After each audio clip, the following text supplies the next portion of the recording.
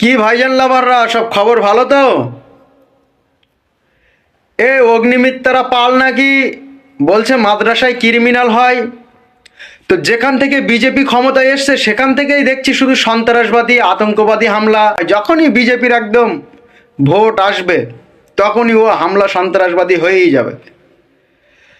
আর এই অগ্নিমিত্রা পালকে আমি একদম পুরো উচিত শিক্ষা দিয়ে দিতাম যে সন্ত্রাসবাদী ক্রিমিনাল আতঙ্কবাদী বিজেপি আরএসএস বজরং দলে হয় নাকি মাদ্রাসাতে হয় তার প্রুফ সহ দিয়ে দিতাম।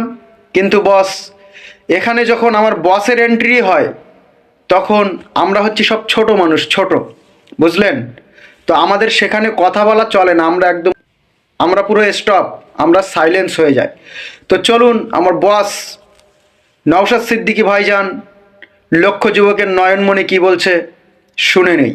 পশ্চিমবঙ্গের মাদ্রাসায় কত doctor, engineer, IAS, IFS, IRS বেরিয়েছে তার তালিকা দিন। প্রথম কথা বলছি, উনি জানেন না, ওনার কাছে তথ্য নাই। পশ্চিমবাংলা সরকারের আইএস আছেন, আইপিএস আছেন, পশ্চিমবাংলা অলরেডি ডিউটি করছে, ডিএসপি আছেন, বিসিএস অফিসার প্রচুর আছেন যাদের মাদ্রাসা ব্যাকগ্রাউন্ড আছে। হরিচাঁদ ঠাকুরের নাম উনি জানেন নিশ্চিতভাবে। ডক্টর রাজেন্দ্র প্রসাদ থেকে শুরু করে স্বাধীন ভারতের প্রথম শিক্ষামন্ত্রী প্রচুর নাম দিতে পারবো যাদের ব্যাকগ্রাউন্ড মাদ্রাসা। এই সংখ্যালঘু সম্প্রদায়ের বাচ্চাদেরকে ভুল বুঝিয়ে নন সায়েন্টিফিক, নন মডার্ন এডুকেশন দিয়ে তাদেরকে ক্রিমিনাল বানাবার চেষ্টা করছে। প্রশ্ন ওখানে নয়, প্রশ্ন হচ্ছে চিন্তা ভাবনার মানসিকতা। শিক্ষা প্রতিষ্ঠান সম্পর্কে কুরুচিকর মন্তব্য করে রাজনৈতিকভাবে বেঁচে থাকতে চাইছে এরা।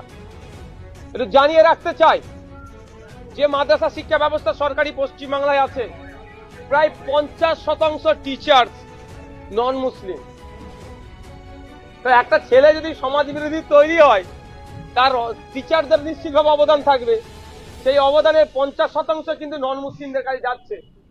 এক নম্বর কথা, মাদ্রাসায় যে সমস্ত ছাত্র ছাত্রীরা পড়াশোনা করে তার 18 থেকে 20% নন মুসলিম আছে। তাহলে 100টা যদি ছাত্র থাকে টোটাল মাদ্রাসাতে, অন্যায় অপকর্মের সাথে যুক্ত, তাদের ভাষায় কোড আনকোড ক্রিমিনাল, সমাজ বিরোধী, তাহলে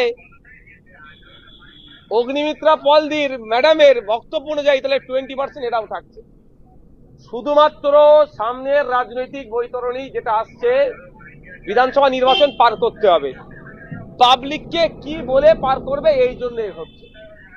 বাজেট 5,700 কোটি টাকা বলছে, ওটা সামনে রেখে অনেক কথা হচ্ছে।